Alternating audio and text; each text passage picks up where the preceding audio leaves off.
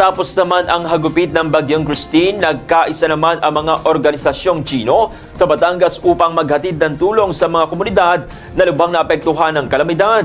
Pinangunahan ng Federation of Filipino-Chinese Chambers of Commerce and Industry Incorporated sa pamamagitan ng lokal na sangay nito ang Batangas Filipino-Chinese Chamber of Commerce Incorporated at ng Philippine-Chinese Chamber of Commerce Incorporated sa tulong naman ng Batangas Chapter ang pamamahagi ng mga pangunahing pangangailangan sa mga biktima sa mga munisipalidad ng San Luis, Lemery, Nasugbu at Lian.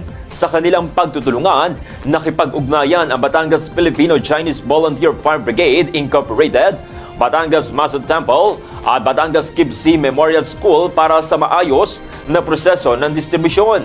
Malugod naman na tinanggap ng mga alkalde ng bawat munisipalidad ang grupo na nagbigay ng pasasalamat sa kanilang walang sawang suporta.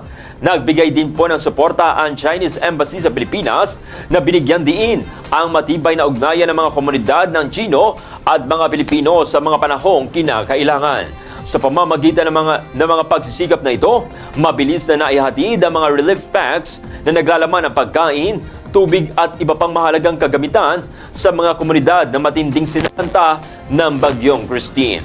Ang pagkakaisang ipinakita ng mga organisasyong ito ay patunay na kanilang layunin na magbigay ng tulong at makaisa sa muling pagbangon ng mga apektadong residente sa Batangas.